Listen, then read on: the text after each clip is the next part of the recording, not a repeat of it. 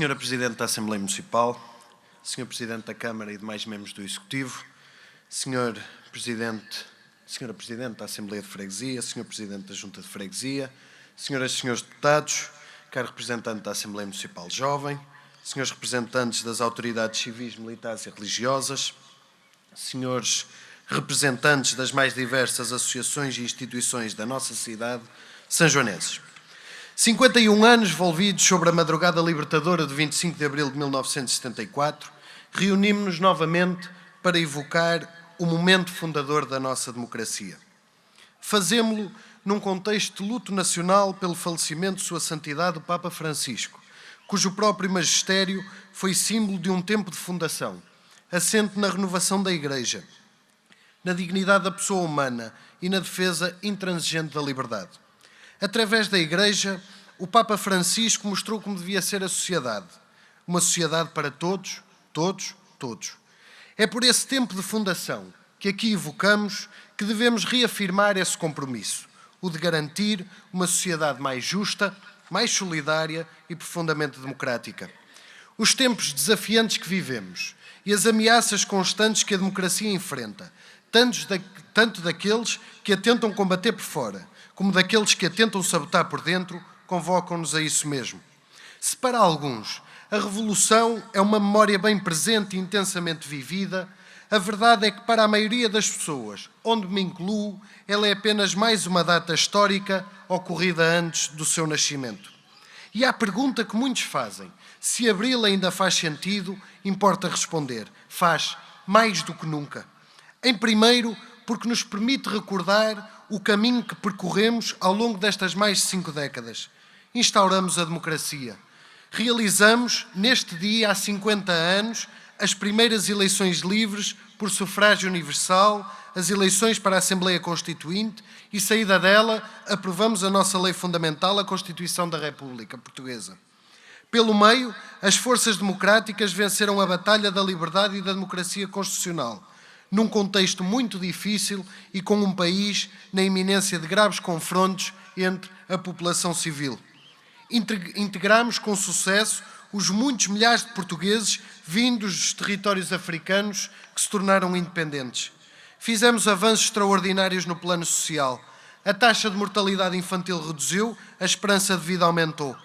Criamos um Serviço Nacional de Saúde que garanta a todos os portugueses o acesso generalizado aos cuidados de saúde. Fizemos progressos notáveis na educação, na cultura. As mulheres alcançaram direitos de igualdade e ocupam hoje um lugar preponderante na sociedade portuguesa. Desenvolvemos estruturalmente o país, mais das vezes graças a outra das grandes conquistas de Abril, o poder autárquico. Somos hoje uma democracia estável, parte plena de uma Europa livre e solidária. Em segundo, porque são várias as lições que podemos retirar da madrugada que nunca terminou e que devemos ter bem presentes para que nunca termine. A maior dessas lições é de que viver em liberdade e construir a democracia é obra de cada dia, sempre inacabada e imperfeita, que supõe, além da liberdade pessoal e de participação política, liberdade económica, social e cultural, que estas requerem menos pobreza, menos desigualdade, menos exclusão.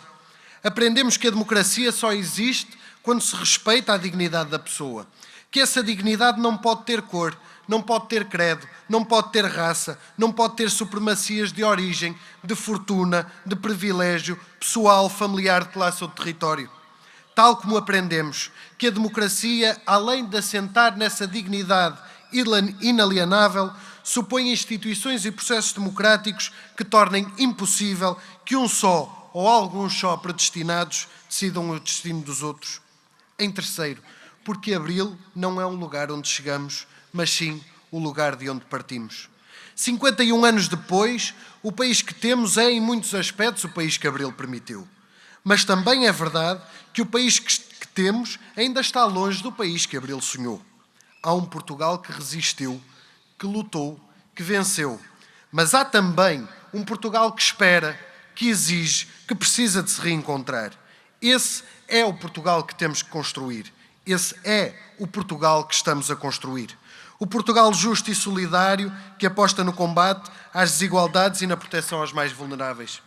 O Portugal que não deixa ninguém para trás, com serviços públicos, privados ou do setor social que respondam às necessidades das pessoas. O Portugal que valoriza aqueles que são jovens há mais tempo e que fixa os que são jovens há menos tempo. O Portugal que promove a coesão social, que garante a igualdade de oportunidades. O Portugal que tem na educação pacificada o expoente máximo do elevador social, corrigindo desigualdades e criando uma sociedade mais justa.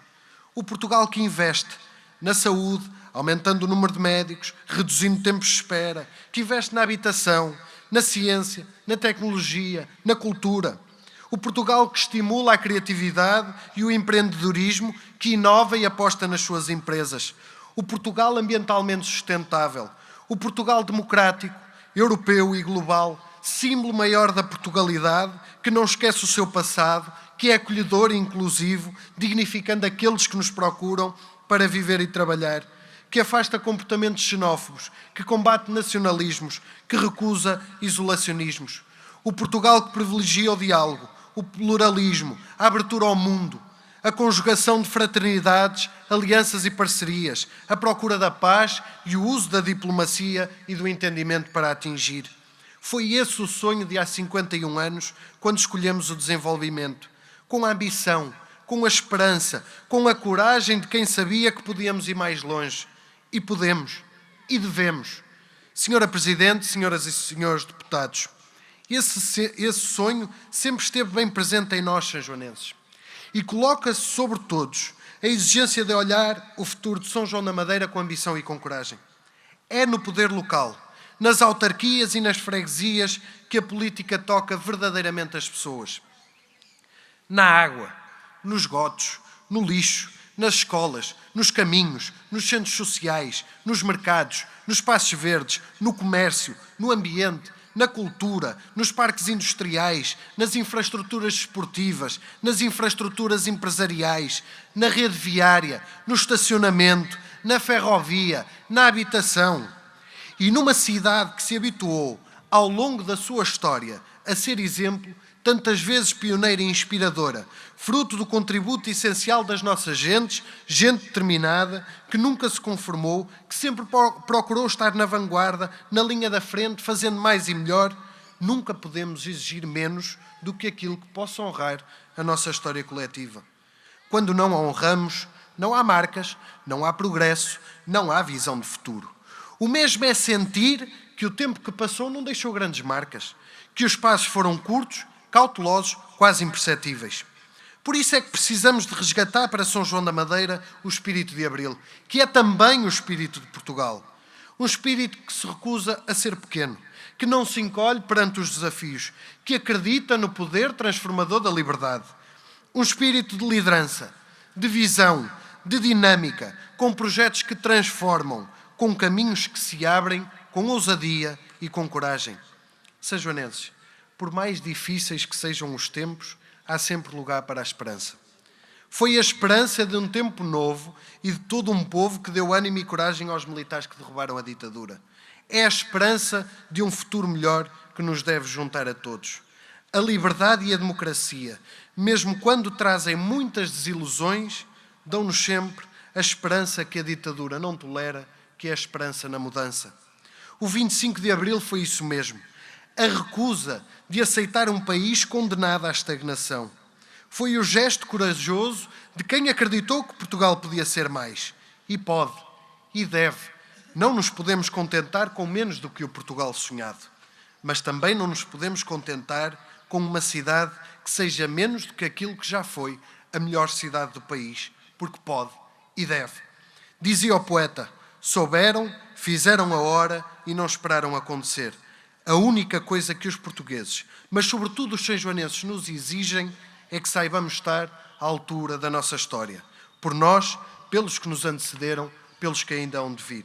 Viva o 25 de Abril, viva São João da Madeira, viva Portugal!